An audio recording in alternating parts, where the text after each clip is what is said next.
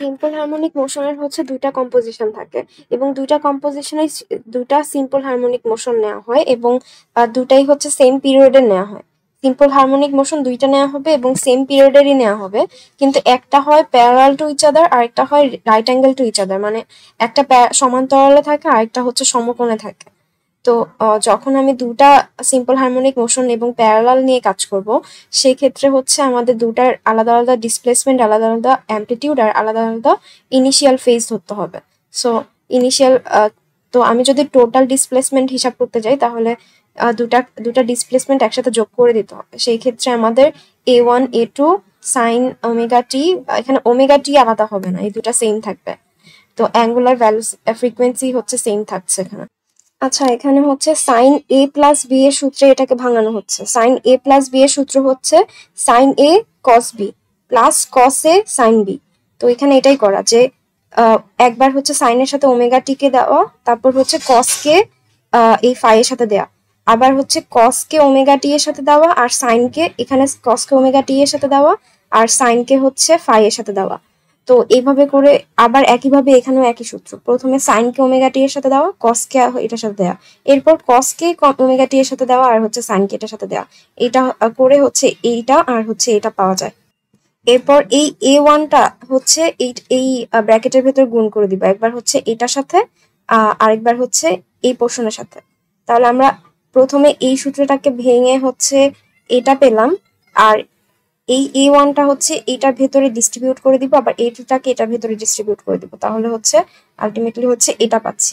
এরপর কি করব, এখানে দেখা যায় যে এখানেও সাইন ওমেগা টি আছে, এখানেও সাইন ওমেগা টি আছে। এখানে তো আমরা যেটা করতে পারি যে যেখানে সাইন ওমেগা টি একসাথে আছে সেই পোর্শন, মানে সাইন ওমেগা টি এর গুলো দুটাকে পাশাপাশি লিখলাম, লিখে হচ্ছে এখান থেকে যদি সাইন ওমেগা টি কে আমরা কমন নেই তাহলে হচ্ছে এ কস, মানে এটা থাকে ভেতরে আর এটা থাকে, আবার এখান থেকে হচ্ছে কস ওমেগা টি কে হচ্ছে কমন নেওয়া হচ্ছে, নিলে হচ্ছে এটা আর এটা থাকে। যেখানে এই পোর্শনটাকে হচ্ছে আর কস ডেল্টা ধরা হচ্ছে, কারণ এখানে শুধুমাত্র কসের পোর্শন, তাহলে আমরা কসের পোর্শনকে কস ডেল্টা ধরবো, আর এই অ্যামপ্লিটিউডের জন্য হচ্ছে আর ইউজ করা হচ্ছে। তো আর কস ডেল্টা, আর সাইনের পোর্শনটাকে আর সাইন ডেল্টা ধরবো। যদি এটা ধরি তাহলে হচ্ছে আমাদের আলটিমেটলি এখান থেকে আর কমন নেওয়া যায়, আর এখানে সাইন ওমেগা টি কস ডেল্টা কস ওমেগা টি সাইন ডেল্টা থাকে, যেটা আবার সাইন এ প্লাস বি এর সূত্র হচ্ছে। এই যে এখানে যে সূত্রটা ভাঙাচ্ছিলাম সেই সূত্রটাতে আবার উল্টা দিকে যাব এখন, মানে হচ্ছে এখানে ওমেগা টি আর ডেল্টা আছে, তার মানে কি হবে sine omega t plus delta, এই সূত্রে পড়বে। কারণ এইটাকে ভেঙে একবার হচ্ছে সাইন কে এটার সাথে দিচ্ছিলাম, একবার কস, এটাকে ভেঙেই আমরা ওইটাতে হচ্ছে এখানে আসছিলাম। এখন আমরা কি করব, উল্টাটা করব, এখান থেকে এটাতে আসবো, মানে ওমেগা টি আর ডেল্টাকে যোগ করলে সাইন থাকে। এটা হচ্ছে আমাদের সূত্র।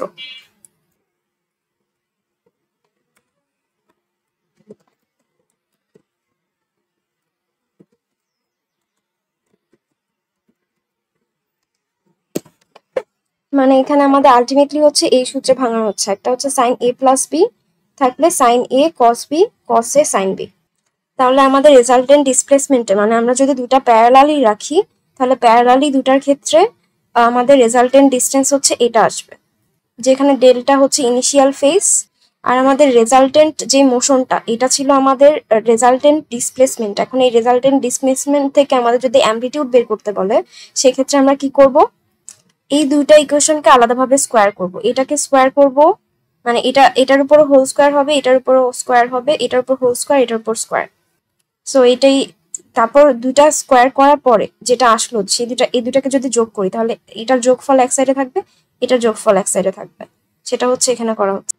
করার পর এখান থেকে যদি আর স্কোয়ারটাকে কমন নেই তাহলে sine square plus cos square equal two 1 হয়ে যায়, তাহলে এই পোর্শনটুকু আর থাকবে না, শুধুমাত্র আর স্কোয়ার থাকবে। আর এখানে হচ্ছে A square plus 2ab plus B স্কোয়ারের সূত্রে ভাঙানো হবে। সো এটাকে স্কোয়ার করা হচ্ছে প্লাস 2ab, এই যে 2ab করা হচ্ছে, আর হচ্ছে এটার উপর স্কোয়ার, এটাকে স্কোয়ার করা হচ্ছে, আবার এইটাকে স্কোয়ার করা প্লাস 2ab, মানে এইটুকু হচ্ছে এ, এটা হচ্ছে আমাদের বি, সো এখানে 2ab লেখা হলো, তারপর হচ্ছে আবার এটার উপর স্কোয়ার। সো এই সূত্রে ভাঙানো হলো, ভাঙানোর পরে হচ্ছে এই পোর্শন তো থাকবে না যেহেতু 1 হয়ে যাবে, so R square equal to এই পুরোটা আসবে। তারপর এখানে সাইন স্কোয়ার আমরা দেখবো যে ফাই ওয়ান আরেকটা কোথায় আছে, কস স্কোয়ারে আছে। তো এ স্কোয়ার ওয়ান আর এ স্কোয়ার ওয়ানকে কমন নিলে হচ্ছে সাইন স্কোয়ার কস স্কোয়ার থাকে, এটা পরিবর্তে ওয়ান হয়ে যাবে। আবার এখান থেকে এ টু স্কোয়ারকে কমন নিলে আবার এটা থাকে, সো এখান থেকে হচ্ছে আবার ওয়ান হয়ে যায়। আর এইটাকে আমরা জানি হচ্ছে সূত্রে ফেলা যাবে। এটা সূত্র হচ্ছে, এখানে কিন্তু সাইন আর কস একসাথে নেই, যেটাতে সাইন আর কস এরকম পরপর থাকবে সেটা হচ্ছে প্লাসের সাইন এ প্লাস বি এর সূত্র। আর এটা হচ্ছে আমাদের সাইন সাইন একসাথে, কস কস একসাথে, আবার মাঝখানে প্লাস, এরকম যদি হয় তাহলে এটা হচ্ছে কসের সূত্র। তার মানে এখানে যেহেতু ফাই ওয়ান আর ফাই টু, তার মানে phi one minus phi two হবে, আর এটা হবে কসের সূত্র, যেহেতু সাইন সাইন আর কস কস একসাথে আছে।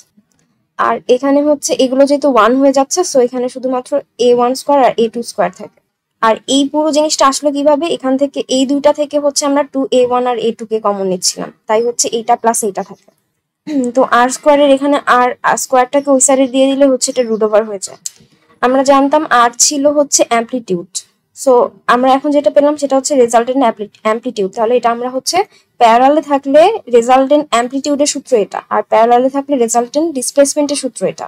আর এবার হচ্ছে আমরা ইনিশিয়াল ফেজের সূত্র বের করবো, প্যারালালে থাকলে রেজাল্টেন্ট ইনিশিয়াল ফেজ যেটা, এটা বের করার জন্য কি করতে হবে, একটু আগে যখন আমরা রেজাল্টেন্ট অ্যামপ্লিটিউড বের করলাম তখন হচ্ছে আমরা এই দুটাকে হচ্ছে দুটাকে স্কোয়ার করে তারপর যোগ করে দিয়েছিলাম।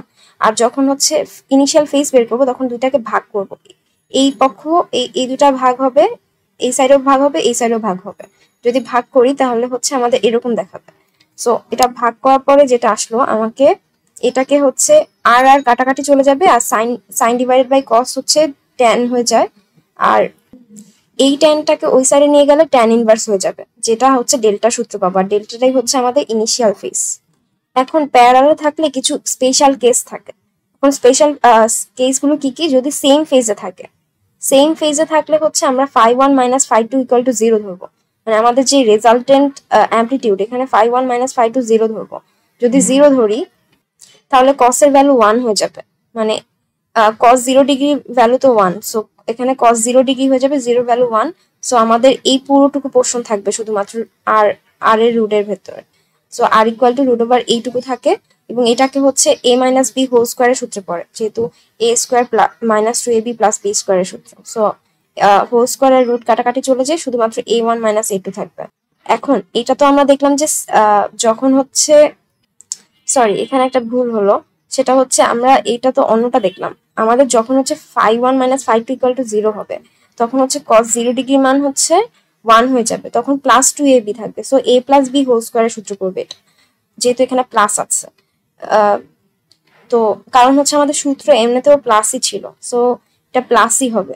তো এখানে এ প্লাস বি হোল স্কোয়ারের সূত্র, তো এ ওয়ান প্লাস এ টু হবে। কিন্তু কোনোভাবে যদি এমন হয় যে আমাদের অ্যামপ্লিটিউডও সমান, এখানে আমরা দেখলাম যে ফেজ সেম হলে phi one equal to phi two হয়, বা phi one minus phi two equal to zero, যেহেতু ওই সাইডের ইকুয়াল মানে টাকে এই সাইডে নেওয়া হচ্ছে, মানে phi one equal to phi টুটাকে এই সাইডে নিয়ে আসলে phi one minus phi two হয়ে যায় আর কি, এই জন্য সেম ফেজ বলা হচ্ছে।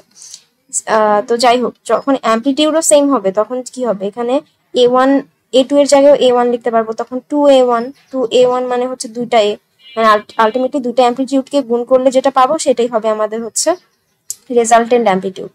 এটা হচ্ছে স্পেশাল কেস, যদি হচ্ছে আমাদের সেম ফেজ আর সেম অ্যামপ্লিটিউড থাকে, সেম ফেজে এ ওয়ান প্লাস এ টু, সেম অ্যামপ্লিটিউডে টু এ হয়ে যাচ্ছে। আর যখন হচ্ছে অপোজিট ফেজ থাকবে তখন কি হবে, phi one minus phi two equal to pi হবে, মানে 180 ডিগ্রি, মানে দুটা হচ্ছে অপোজিট ফেজে আছে। সেই ক্ষেত্রে আমাদের কি হবে,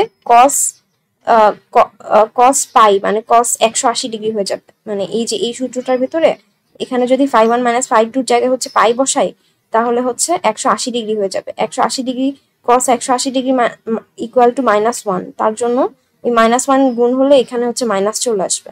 সো তখন কি হবে, তখন হচ্ছে এখানে এ মাইনাস বি হোল স্কোয়ারের সূত্রে পড়ে যাবে, যেহেতু এখানে মাইনাস আছে।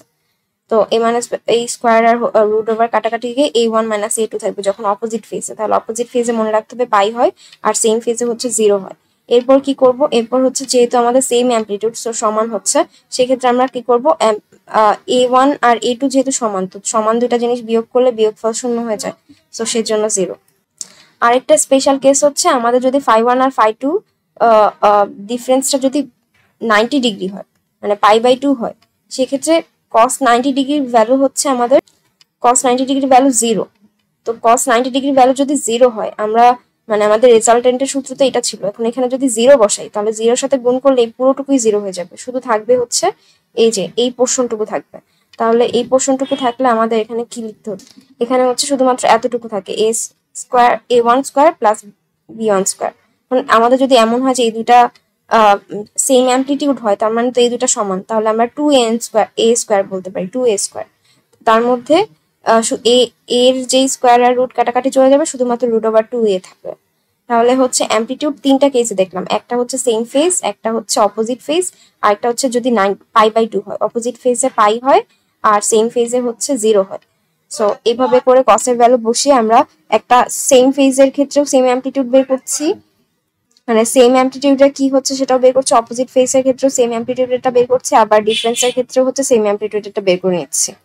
তো এটা রিলেটেড একটা ম্যাথ আছে, এখানে বলা আছে two simple harmonic motion acting simultaneously on a particular আর গিভেন বাই ইকুয়েশন, মানে দুটার ইকুয়েশন দেওয়া আছে y = 2 sin omega t plus এই যে যেখানে আমরা ফাই লিখতাম, ফাই এর জায়গায় ইনিশিয়াল ফেজটা এখানে দেয়া আছে, একটাতে π/6 আর একটা হচ্ছে π/3। এখানে আমাদের রেজাল্টেন্ট অ্যামপ্লিটিউড বের করতে বলছে, রেজাল্টেন্ট অ্যামপ্লিটিউড বের করতে বললো, ফেজ কনস্ট্যান্ট বের করতে বললো, মানে এইটাও হচ্ছে রেজাল্টেন্ট ফেজ বের করতে হবে আর কি, আর টাইম পিরিয়ডও বের করতে হবে। রেজাল্টেন্ট ভাইব্রেশনের ইকুয়েশন বের করতে বললো, তার মানে y = যে y1 + y2 সেটা বের করতে বললো। তো আমরা তো জানি যে y = y1 + y2 করলে যে রেজাল্টেন্ট ডিসপ্লেসমেন্টটা পাবো সেটা হচ্ছে y = r sin omega t + delta. কিন্তু এখানে আসলে আমাদের রেজাল্টেন্ট ভাইব্রেশনের ইকুয়েশন লিখতে যদি বলে, তার মানে আলটিমেটলি আমাদেরকে এখানে রেজাল্টেন্ট y এর সূত্র লিখতে হবে, রেজাল্টেন্ট অ্যামপ্লিটিউডের সূত্র লিখতে হবে, আর রেজাল্টেন্ট যেই ডেল্টা বের করছিলাম সেটার সূত্র লিখতে হবে, সবগুলো সূত্র একসাথে লিখে দিতে হবে। তো আমরা এখানে কি কি সূত্র লিখবো, এখানে হচ্ছে ফার্স্টে হচ্ছে এই সূত্রটা লিখবো, মানে সরি এই সূত্রটা লিখবো, তারপর হচ্ছে এই সূত্রটা লিখবো, তারপর হচ্ছে এই সূত্রটা লিখবো। তো এখানে হচ্ছে ওটাই করা, যে আমাদের তিনটা সূত্র লেখা হলো। এখন ওই সূত্রের সাথে কম্পেয়ার যদি করি, y = a sin omega t plus এটা হচ্ছে φ1, তাহলে φ1 এর ভ্যালু দেওয়া আছে π/6, φ2 এর ভ্যালু দেওয়া আছে π/3, a1 এর ভ্যালু দেওয়া আছে 2 আর a2 এর ভ্যালু দেওয়া আছে 3। সো এই যে ভ্যালুগুলো দেয়া যে আছে সেগুলো হচ্ছে জাস্ট এখানে লিখে দেওয়া হচ্ছে যে এই ভ্যালুগুলো দেয়া আছে। এবার আমাকে কি করতে হবে, রেজাল্টেন্ট অ্যামপ্লিটিউড বের করতে হবে। তো আমরা ভাইব্রেশনের যে সূত্রগুলো ইকুয়েশনগুলো সেগুলো তো ফার্স্টে লিখে নিব, ইকুয়েশন লেখার পরে জাস্ট ওই ইকুয়েশনে হচ্ছে যে ভ্যালুগুলো আমি এখানে পেলাম সেই ভ্যালুগুলো বসিয়ে দিব, মানে তিনটা সূত্রে আমি ডিরেক্ট হচ্ছে ভ্যালুগুলো বসিয়ে দিব। এখন এখানে আমাদের ফেজ কনস্ট্যান্ট বের করতে বলেছে, কিন্তু আমরা হচ্ছে ডেল্টা হচ্ছে আমাদের রেজাল্টেন্ট ইনিশিয়াল ফেজ, তো আমরা এখানে যে সূত্রটা লিখছি সেটা হচ্ছে ডেল্টার সূত্র। এখানে হচ্ছে এখানে আমরা ট্যান ইনভার্সের যে সূত্রটা দেখলাম এটা হচ্ছে ইনিশিয়াল ফেজ, রেজাল্টেন্ট ইনিশিয়াল ফেজের সূত্র। তো এই সূত্রটা হচ্ছে আমাদের ফেজ কনস্ট্যান্টের সূত্র না, আমাদের ওমেগা টি এর সাথে হচ্ছে আমরা ফাইটাকে যোগ করে দিই। সো আমাদের এখানে যেটা করতে হবে যে আমরা এখান থেকে যে ভ্যালুটা পাবো, এই সূত্রে সবগুলো বসানোর পরে যে ভ্যালুটা পাবো সেটা হচ্ছে 4π/15। এখন কি করতে হবে, ওমেগা টি এর সাথে এই ভ্যালুটাকে যোগ করে দিতে হবে, তাহলে আলটিমেটলি হচ্ছে আমরা ফেজ কনস্ট্যান্টটা পাবো, কারণ এখানে আমাদের কোয়েশ্চেনে ফেজ কনস্ট্যান্ট বের করতে বললো। আর অ্যামপ্লিটিউড তো নর্মালি সূত্রে বসে দিব। আর টাইম পিরিয়ডের ক্ষেত্রে কি করব, এখানে যেহেতু ওমেগা আর টি এর ভ্যালুটা দেয়া নেই, সো আমি ওমেগা টি প্লাস ফাই এই আকারে লিখে রাখবো। এবং আমাদের এখানে কি করতে হবে যে আমাদের যখন হচ্ছে টাইম পিরিয়ড বের করতে বলবে, টাইম পিরিয়ডের ক্ষেত্রে আমাদের টাইম পিরিয়ডের জন্য তো এখানে আলাদা কিছু করি না, তো এখানে বলতে হবে যে রেজাল্টেন্ট যে টাইম পিরিয়ডটা হবে সেটা আমাদের রেজাল্টেন্ট ভাইব্রেশনের সমান হবে। তো রেজাল্টেন্ট ভাইব্রেশনের সূত্র হচ্ছে আমাদের নর্মাল ডিসপ্লেসমেন্টের সূত্রটা, যে রেজাল্টেন্ট ডিসপ্লেসমেন্ট যেটা y এর সূত্র। তো আমরা হচ্ছে এখানে ডিরেক্ট এখানে r এর ভ্যালুটা লেখা হচ্ছে, r মানে হচ্ছে আমরা যে অ্যামপ্লিটিউড ইউজ করলাম সেই amplitude r sin omega t plus এই যে এখানে ডেল্টা যে ভ্যালুটা পেলাম সেটা এখানে বসিয়ে দিলাম। সো এইটাই হবে আমাদের রেজাল্টেন্ট টাইম পিরিয়ডের ইকুয়েশন, যেহেতু এটা রেজাল্টেন্ট ভাইব্রেশনের সমান হয়। প্রত্যেকটা ইন্ডিভিজুয়াল টাইম পিরিয়ড হচ্ছে প্রত্যেকটা ইন্ডিভিজুয়াল টাইম পিরিয়ড আর রেজাল্টেন্ট টাইম পিরিয়ড হচ্ছে সমান হয়, তাই হচ্ছে আমরা জাস্ট রেজাল্টেন্ট ভাইব্রেশনের যে ইকুয়েশনটা সেটা লিখে দিব।